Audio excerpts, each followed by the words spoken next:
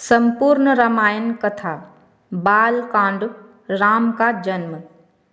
मंत्रीगणों तथा सेवकों ने महाराज की आज्ञा अनुसार श्याम वर्ण घोड़ा चतुरंगिनी सेना के साथ छुड़वा दिया। महाराज दशरथ ने देश देशांतर के मनस्वी, तपस्वी, विद्वान, ऋषि मुनियों तथा वेद विज्ञ प्रकांड पंडितों को यज्ञ संपन्न कराने के लिए बुलावा भेज दिया। निश्चित समय आने पर समस्त अभ्यागतों के साथ महाराज दशरथ अपने गुरु वशिष्ठ जी तथा अपने परम मित्र अंग देश के अधिपति लोभपाद के जामाता श्रृंग ऋषि को लेकर यज्ञ मंडप पे पधारे। इस प्रकार महान यज्ञ का विधिवत शुभारंभ किया गया। संपूर्ण वातावरण वेदों की मंत्रोच्चारण के उच्च स्वर पाठ से गूंजने तथा समिधा की सुगंध से महकने लगा। समस्त पंडितों, ब्राह्मणों, ऋषियों आदि को यथोचित धन, धान्य, गौ आदि भेंट करके सादर विदा करने के साथ यज्ञ की समाप्ति हुई। राजा दशरथ ने यज्ञ के प्रसाद खीर को अपने महल में ले जाकर कौशल्या और कैकेयी को आधा आधा दे दिया।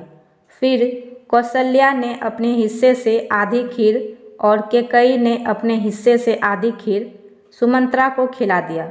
प्रसाद की कृपा से तीनों रानियों ने गर्भ धारण किया। जब चैत्र मास के शुक्ल पक्ष की नवमी तिथि को पूर्णवर्षु नक्षत्र में सूर्य, मंगल, शनि, बृहस्पति तथा शुक्र अपने अपने उच्च स्थानों में विराजमान थे, कर्क लग्न का उदय होते ही महाराज दशरथ की बड़ी रानी कौशल्या के गर्भ से एक शिशु का जन्म हुआ, जो कि श्याम वर्ण, अत्यंत तेजोमय, परम कांतिवान तथा अद्भुत सौंदर्यशाली था।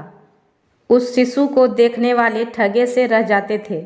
इसके पश्चात शुभ नक्षत्रों और शुभ घड़ी में महारानी कैकेयी के एक तथा तीसरी रानी सुमित्रा के 2 तेजस्वी पुत्रों का जन्म हुआ।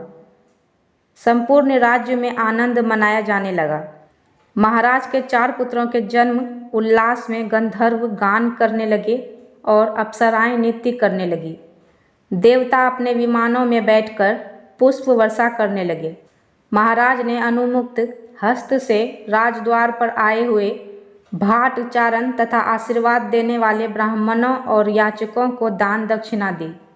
पुरस्कार में प्रजा जनों को धन धान्य तथा दरबारियों को रत्न आभूषण तथा उपाधियां प्रदान किया गया। 4 पुत्रों का नामकरण संस्कार महर्षि वशिष्ठ के द्वारा कराया गया तथा उनके नाम रामचंद्र, भरत, लक्ष्मण और शत्रुघ्न रखे गए। आयु बढ़ने के साथ ही साथ रामचंद्र गुणों में भी अपने भाइयों से आगे बढ़ने तथा प्रजा में अत्यंत लोकप्रिय होने लगे। उनमें अत्यंत विलक्षण प्रतिभा थी, जिनके परिणाम स्वरूप अल्प काल में ही वे समस्त विषयों में पारंगत हो गए। उन्हें सभी प्रकार के अस्त्र शस्त्रों को चलाने तथा हाथी, घोड़े एवं सभी प्रकार के वाहनों की सवारी में उन्हें असाधारण निपुणता प्राप्त हो गई। वे निरंतर माता पिता गुरुजनों की सेवा में लगे रहते थे। उनका अनुसरण शेष 3 भाई भी करते थे। गुरुजनों के प्रति जितनी श्रद्धा भक्ति इन 4 भाइयों में थी, उतना ही उनमें परस्पर प्रेम और सौहार्द भी था। महाराज दशरथ का हृदय अपने 4 पुत्रों को देख के गर्व और आनंद से भर उठता था। मैं हूं सुगंधा और मेरे चैनल का नाम है सुगंधा ज्ञान सुगंध।